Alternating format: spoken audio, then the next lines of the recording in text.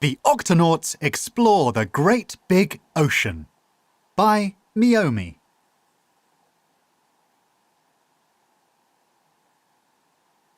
It was a busy day under the cold Arctic Ocean when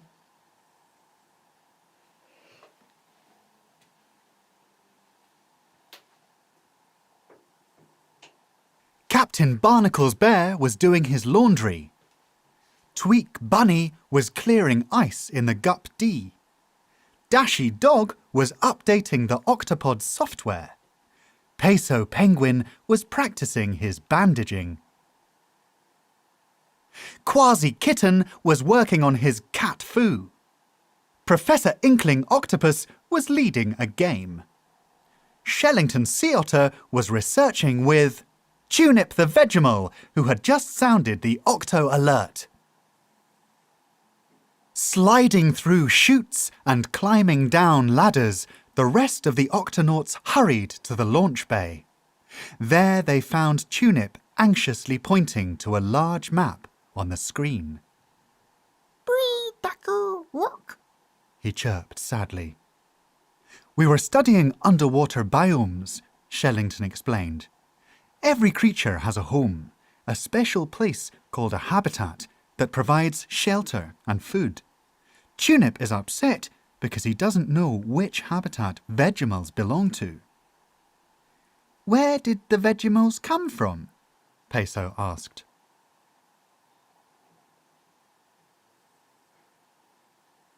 "That's a good question," Shellington said as he began to read from his journal. "One day, while doing research outside, I noticed some strange shapes on the side of the octopod. They looked like giant fish eggs, but unlike any I'd seen before. It was too dangerous to leave them outside, so I brought them into my lab.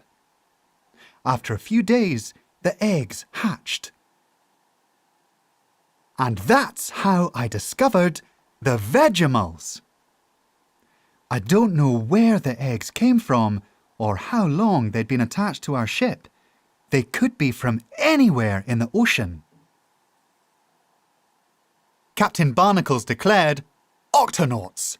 Our mission is to visit the different habitats of the ocean and find where Vegemals come from. Prepare the gups!"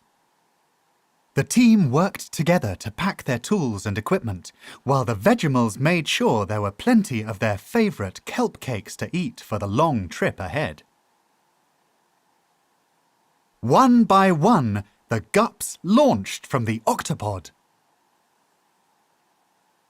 First, the Octonauts visited the bustling open ocean. Amongst the waves, they met wandering sunfish, migrating whales, and a boisterous giant squid.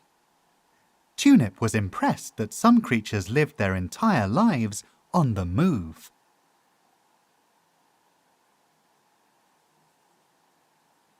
On the rocky beach, the Octonauts were invited to a tide pool party. Tunip discovered that many creatures live in shells. Unfortunately, they were too small to be Vegemal homes. In the seagrass meadows, the Octonauts helped the gentle manatee farmers with their harvest.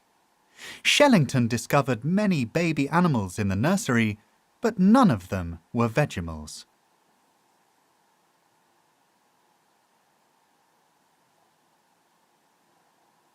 When the Octonauts reached the sunny coral reef, they were dazzled by the bright colours. Friendly sea slugs, perched on giant sponges, greeted them at every turn. But wherever they looked, every burrow and nook was already home to a creature. There wasn't any room left for the Vegemals. In the murky swamp, the Octonauts nervously drifted past grinning alligators and curious snakes. Under the water, they discovered a parade. The crew danced through the bayou while the Vegemals collected beads as souvenirs. Tired out from all the merrymaking, Tunip decided they should continue their search.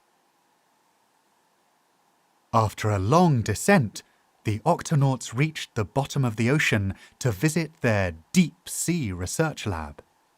The crew inspected the camera network, but they didn't see any Vegemals, only the flickering lights of bioluminescent jellyfish. Tunip gazed out at the smoky hydrothermal vents and felt like he was on a different planet. He wondered if he'd ever find his own habitat.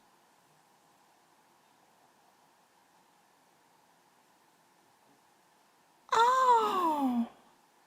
When the Octonauts finally arrived at the kelp forest, Tunip's eyes widened and he clapped his fins together in delight. Everywhere he looked, he was surrounded by kelp, his favourite type of seaweed. There aren't any other Vegemals here, Shellington observed, but it appears to be a suitable habitat for them. Vegemals do love kelp. The Vegemals quickly set up a camp kitchen and began baking away. They made sweet chocolate kelp cakes, healthy broccoli kelp cakes, and even fancy pineapple upside-down kelp cakes.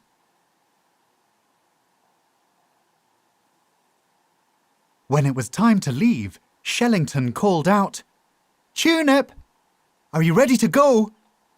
But the distracted Vegemals were too busy to respond. "Looks like they want to stay here," Captain Barnacle said sadly. "I guess our search is over, and we should head home to the octopod."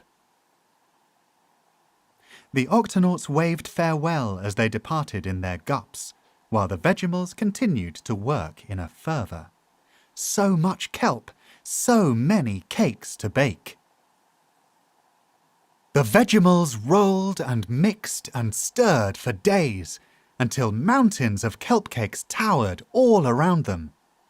With the baking done, Tunip excitedly ran through the forest in search of the Octonauts. He couldn't wait to share these treats. Not finding a single crew member, Tunip finally remembered.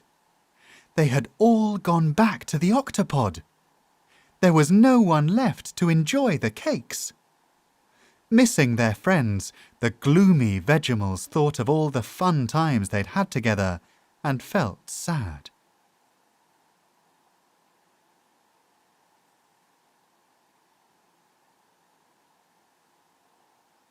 The Vegemals didn't know where the octopod would be, but they all agreed they had to try and find it. With a long and difficult journey ahead of them, they quickly packed up their mobile kitchen. Plates were stacked and pots were stowed. The determined group left the forest in a jumble of carts spilling with cakes. They travelled back to all the different habitats they'd visited, from the busy open ocean to the deep sea floor. As days passed, the Vegemals grew tired and started to give up hope of ever finding the Octonauts, until suddenly, one morning, they heard a familiar sound. Vroom! The octopod! The Vegemals cheered as it landed beside them in a burst of bubbles. The octohatch promptly opened and the Octonauts swam out to reunite with their friends. "We missed you all so much," Captain Barnacle said as he gave Tunip a big bear hug. "We returned to the kelp forest to visit, but you weren't there." "Luckily we found a trail of delicious clues," Dashi added as each Octonaut held up their favourite type of cake. "The octopod hasn't been the same without you." Barnacles addressed all the Vegemals. "Would you join us on board again?" Cheep-a-chew! Tunip quickly replied. The crew all turned expectantly to Shellington, who explained with a grin, "That's Vegemalese for yes!" Back on board the ship, the Octonauts gathered in the garden pod to enjoy a picnic.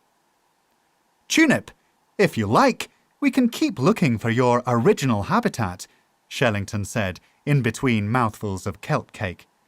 There's still so much ocean we've yet to explore. Tunip looked around at his caring friends and cheerfully shook his head. He knew there was no better place for a Vegemite to belong than right here, on the Octopod. The end.